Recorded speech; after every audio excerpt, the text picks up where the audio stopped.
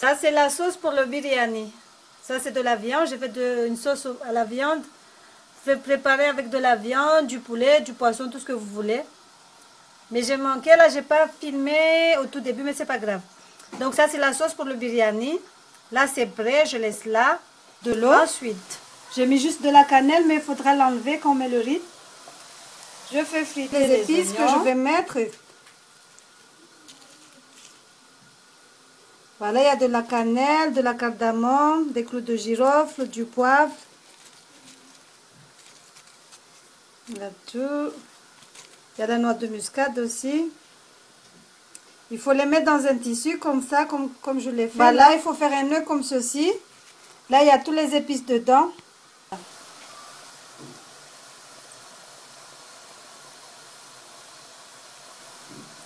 Il faut le laver, le laisser essorer dans un passoire. On va enlever les oignons. Il ne faut pas les laisser trop cramer parce qu'après, c'est trop amer. Je les enlève et je les mets de côté.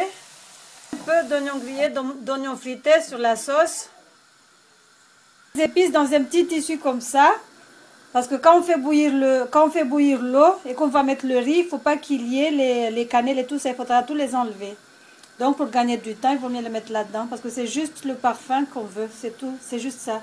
C'est pas comme du pilaw. Il ne faut pas qu'il y ait les épices. Qu'on voit les épices en fait dans le riz. On peut déjà mettre le riz qu'on a lavé, qu'on a fait essorer.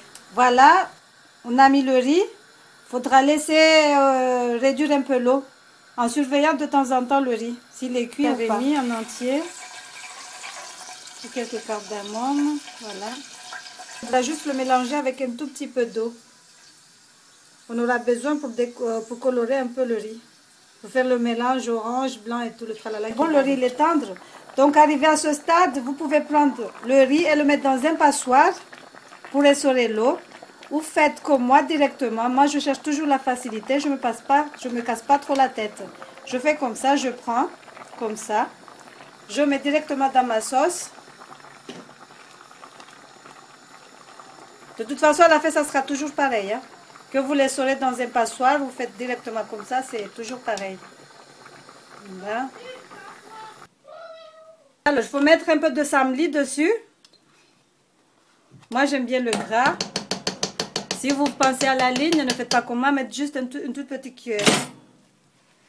On met le ghee, on mélange un peu. Juste un tout petit peu comme ça.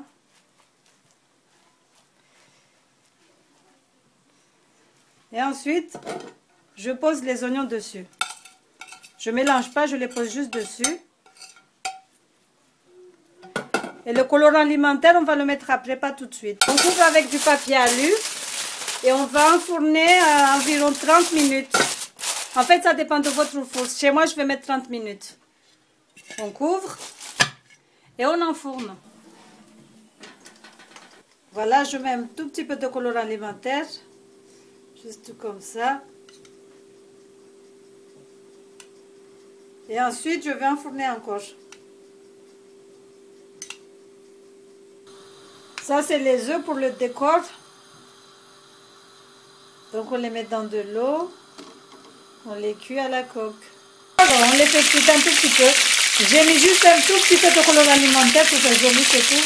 Mais vous n'êtes pas obligé de mettre le colorant alimentaire. Les œufs sont prêts. Le biryani il est prêt. Maintenant, je vais servir. Je vais dresser. Je vais vous montrer comment on fait. Enfin, comment moi je fais. Hein. Je commence par enlever le jaune. Je le mets dans une assiette, dans un plat. Voilà.